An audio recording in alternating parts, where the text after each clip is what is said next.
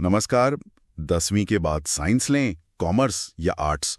और यार 12वीं के बाद कौन सा कॉलेज, कौन सा कोर्स? उफ, ये सवाल तो लगता है हर स्टूडेंट की जिंदगी का सबसे बड़ा कंफ्यूजन है।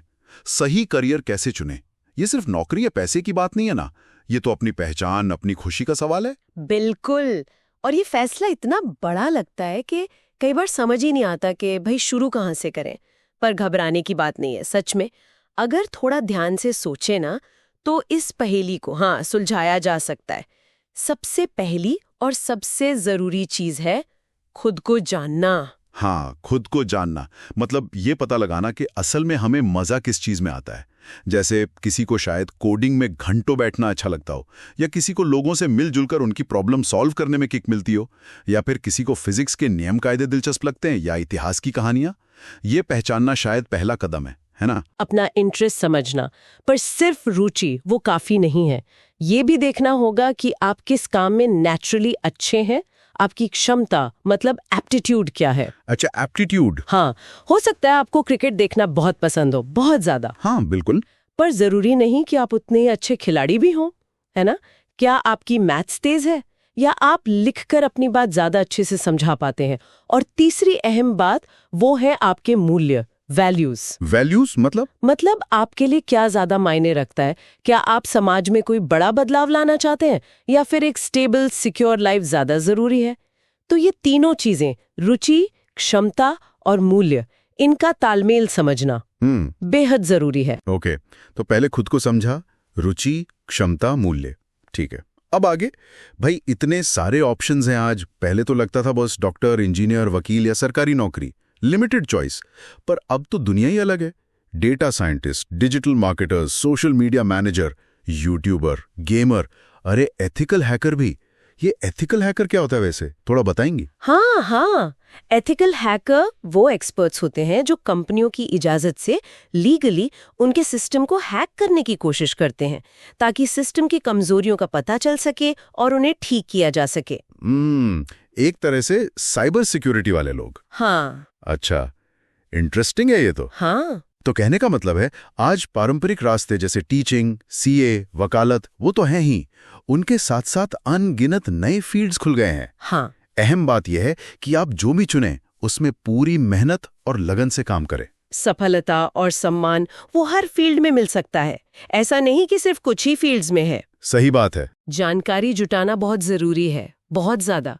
इंटरनेट से, उस फील्ड में जो लोग काम कर रहे हैं उनसे बात करके, इसी रिसर्च से 10वीं के बाद सही स्ट्रीम और 12वीं के बाद सही कोर्स चुनने में मदद मिलती है। मान लिया किसी ने सोच समझकर कोर्स चुन लिया, अच्छे कॉलेज में एडमिशन भी ले लिया, लेकिन क्या सिर्फ क्लास अटेंड करना और डिग्री हासिल कर लेना, क्या ये काफी है आजकल? जैसे स्कूल में होता था ना ग्रुप प्रोजेक्ट, सिर्फ अपना काम कर देने से टीम नहीं जीतती थी, सबको साथ मिलकर काम करना पड़ता था। तो जॉब मार्केट में डिग्री के अलावा और क्या चाहिए? बिल्कुल नहीं, डिग्री काफी नहीं है। डिग्री एक दरवाजा खोलती है बस, पर अंदर कामयाबी के लिए ना और भी स्किल्स चाहिए, जिन्हें हम सॉफ्ट स्किल्स कहते हैं। तो सॉफ्ट स्किल्स जैसे अपनी बात साफ साफ कहना और लिखना, कम्युनिकेशन स्किल्स, वक्त का सही इस्तेमाल करना, टाइम मैनेजमेंट, दूसरों के साथ मिलकर काम करना, टीम वर्क, कंप्यूटर और नई टेक्नोलॉजी की बेसिक समझ मतलब डिजिटल लिटरेसी, और किसी भी प्रॉब्लम का हल ढूंढने की काबिलियत, प्रॉब्लम सॉल्विंग। अच्छा, सोचिए ना, अगर आपके पास बेहतरीन आइडिया है पर आप उसे अपनी टीम को ठीक से समझा ही नहीं पा रहे तो क्या फायदा? हाँ बात तो सही है। ये स्किल्स असल में आपको किसी भी काम के लिए, किसी भी जॉब के लिए तैयार करती हैं। ये बात तो सोलान है, सच है। पर गलतियां भी तो होती हैं। बहुत होती हैं। सबसे कॉमन शायद ये है, मेरा दोस्त इंजीनियरिंग कर रहा है, चलो मैं भी कर लेता हूँ। या फिर अरे उस फील्ड में सैलरी बहुत है, चलो वही करते हैं, चाहे उसमें इंटरेस्ट जीरो हो। ये कितना भारी पड़ सकता है बाद में। उफ, ये तो बहुत आम है, और अक्सर इसका नतीजा अच्छा नहीं होता। दूसरों की देखा देखी करना या सिर्फ पैसे के पीछे भागना, इससे शायद आप कुछ समय तो टिक जाएंगे, पर लंबे समय में खुशी और संतुष्टि वो नहीं मिलती।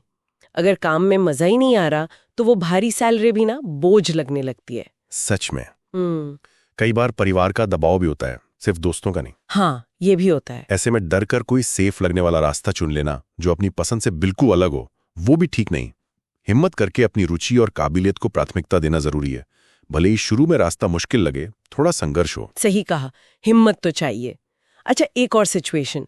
अगर मान लीजिए किसी ने बहुत सोच समझ के कोई रास्ता चुना, जैसे लॉ की पढ़ाई शुरू की, पर 1-2 साल बाद लगा कि नहीं यार, ये मेरे लिए नहीं है, इसमें मजा नहीं आ रहा, तब क्या सब खत्म, गेम ओवर? अरे बिल्कुल नहीं, बिल्कुल नहीं। कैरियर कोई सीधी लकीर थोड़ी है, ये एक सफर है। इसमें मोड़ आ सकते हैं, आते ही हैं। रास्ता बदलना या फील्ड चेंज करना, ये बिल्कुल नॉर्मल है और इसमें कोई बुराई नहीं है, जरा भी नहीं। कितने ही उदाहरण हैं हमारे आसपास। कोई इंजीनियरिंग करके आज मशहूर शेफ है, कोई आईएएस की तैयारी छोड़कर अपना स्टार्टअप चला रहा है और बेहद सफल है। हाँ बिल्कुल, चेतन भगत भी तो इन्वेस्टमेंट बैंक करते पहले। एग्जैक्टली। जरूरी है कि हम सीखने के लिए तैयार रहें और बदलाव से घबराएं नहीं। फ्लेक्सिबिलिटी वो बहुत जरूरी है। तो कुल मिलाकर फंडा ये है कि सही कैरियर वो है जहां आपकी दिलचस्पी मतलब इंटरेस्ट, आपकी काबिलियत यानी एप्टीट्यूड और बाजार की जरूरतें मार्केट नीड, इन तीनों का संगम हो, कहीं बीच का रास्ता। हाँ बिल्कुल। ये एक मैराथन है, कोई 100 मीटर की दौड़ नहीं, और इसमें अपना बेस्ट देना ही सबसे जरूरी है। बिल्कुल।